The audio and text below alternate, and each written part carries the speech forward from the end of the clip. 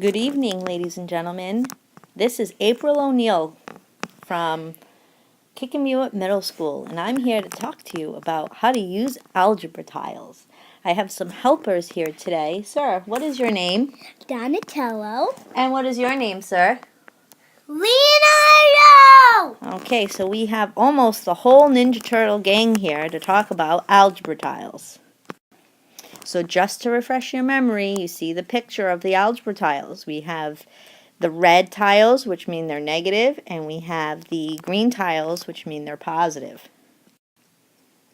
So there are two types, there are two ways you can use the distributive property, and the first way we're going to talk about it today is how to expand expressions. And I'm going to explain to you what that means. So, look at the example. 3 times the quantity of x plus 2. Okay, or 3 times the quantity, no, never mind. I won't talk about that now. Anyway, this means that we have 3 groups of x plus 2. So let's think about that in terms of the algebra tiles. Okay, Donnie, will you please help me? Can you grab one of the green x's and drag it? Alright, now, so that's 1x, plus I need 2 of the little ones, the green little ones. Yeah, you can talk. That is correct. That is x plus 2. Donnie, how many groups of x plus 2 is that? 1. 1. And I need 3 groups that look just like that. So let's circle. Can you circle that group right there? So circle the x plus 2. That's 1 group. I need 3 groups that look just like that. Leo here. I'm going to show you x plus 2. There's an x. There's 1. And there's, put it over here, 2. So that's another group of x plus 2. Can you circle that group for me? All right. Hey, Donatello, how many groups do I have right now of x plus 2? 2. How many more do I need? 1 more. Will you do? Good job. There's another group of x plus 2. Can you circle that? All right. There are my 3 groups of x plus 2. Now what we're going to do is we're just going to rearrange those tiles. Now I don't know if this is going to let me do this. Nah, I didn't think so. Okay, Leo, you want to help me? Can you put all the x's together and all the 1's together? Let's move them around. So let's move all the 1's together. Can you move the rest? Yeah.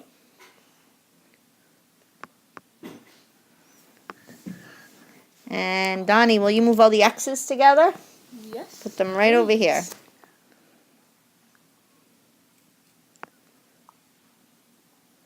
Okay, so now, instead of showing, let's see, the expression as 3 times the quantity of x plus 2, I can rearrange those tiles and say, all my x's, I have 3x, plus, I have 1, 2, 3, 4, 5, 6.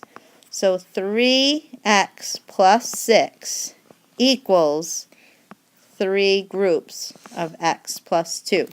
Those are equivalent expressions. Uh-huh. And that's the distributive property. Okay, so I want you to try one now on your own. So I want you to try 4 times the quantity of 2x plus 3. Now, answer question 1. Draw a picture if you need to.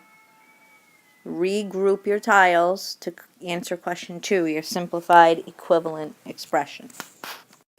Pause this video until you're done, and then I'm going to go over it. Okay, so now that you've tried it on your own, this means 4 groups of 2x plus 3. Okay, so if I have 4 groups of 2x plus 3, I'm just going to show you one group of 2x plus 3. And I don't have, hold on a second. Okay, so here I have 2x. Oops. I have one too many. So let me get rid of one of these. Okay. So here I have 2x plus 3. And that's one group of them. So I want you to imagine having 4 of those. So that really means I'm going to have 4 sets of 2x, and then I'm going to have 4 sets of these 3 extra blocks. So think of the bags and the blocks. I'm going to have 4 groups. Each group has 2 bags. That's my 2x's. And then it also has those 3 extra blocks. Oh, look, looks like a smiley face. Cute. Okay, so I know that I'm going to have 4 times 2x, right? So if I have 4 sets of 2x, that means I'm going to have 8 x's. And if I have 4 groups of those 3 extra blocks, that's 4 times 3, that means I'm going to have 12 extra blocks total, and I'm going to add those. So my simplified equivalent expression, so 4 groups of 2x plus 3 is equivalent to 8x plus 12. This is using the distributive property. Okay, so I'm going to refer to the algebra tiles to explain the shortcut to expanding expressions to create an equivalent expression. So when I say expanding expressions, that means what I have here typed in red. That means I'm going to write the expression without parentheses. So I'm going to change it from it having parentheses to it not having parentheses, but they're going to be equal. That's equivalent. That is using the one way to use the distributive property. So here you have, in this example, 3 groups of x plus 2. So that was the example we used from before. So the shortcut is that we have 3 of everything inside the parentheses. Okay, so I would also recommend that if there's a subtraction inside the parentheses, you use the sa-cha-cha. That'll just make things easier. So if I have 3 of everything inside the parentheses, my shortcut is going to be to multiply 3 by what's inside. So that's going to be 3 times x. And I'm also going to have 3 times 2. Okay, so I have 3 of what everything's inside the parentheses. So this gives me 3 times x is 3x, and 3 times 2 is 6. So remember when we had the picture, we have 3 groups of x plus 2. So if I have x plus 2 3 times, I have 3 x's, and I have 3 groups of 2. So if you remember, we said that 3x plus 6 was equal to 3 times the quantity of x plus 2. So the shortcut is essentially take the number in front of the parentheses, multiply it by everything inside. And remember, if you have subtraction, make sure that you do the sa-cha-cha before you distribute. So in the second example, I used it with subtraction. So this means I have 5 times the quantity of 4y minus 7. So the first thing I'm going to do is I want to get rid of that subtraction symbol inside of the parentheses. So I'm going to change this to 5 groups of 4y plus negative 7. Okay, those are equivalent. So if I were going to use the algebra tiles on this, I would have 5 groups of 4y plus negative 7. And I'm going to bring those up to show you what that looks like. Okay, so you see here, this is one group of 4y plus negative 7. So I used a different long rectangular tile to represent y in a different color just because I had x's before. So these are a slightly different size. So when we use a different variable, all that means is that the length of the rectangle is a little bit different. And instead of the green extra blocks, they're negative. So you can think about that as taking away blocks from each set. Okay, so here's one set. So if I had 5 of these, I would have 4 y's times 5.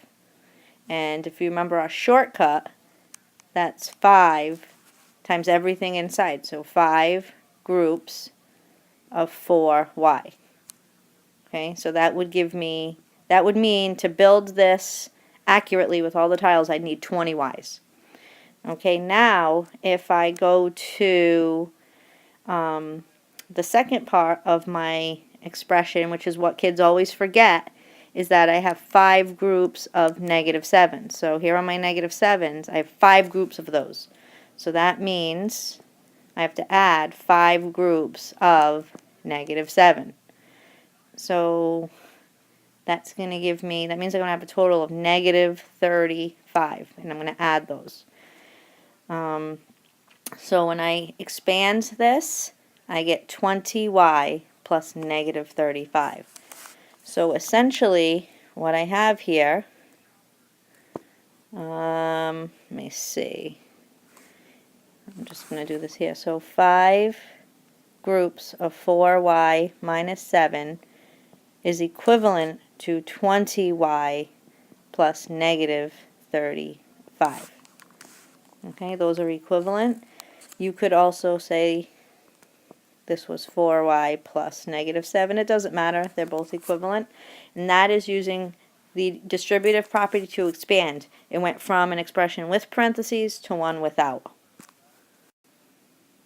And that's it for right now for using the distributive property and expanding expressions using the distributive property. So I'm signing off for tonight. This is April O'Neil. See you tomorrow.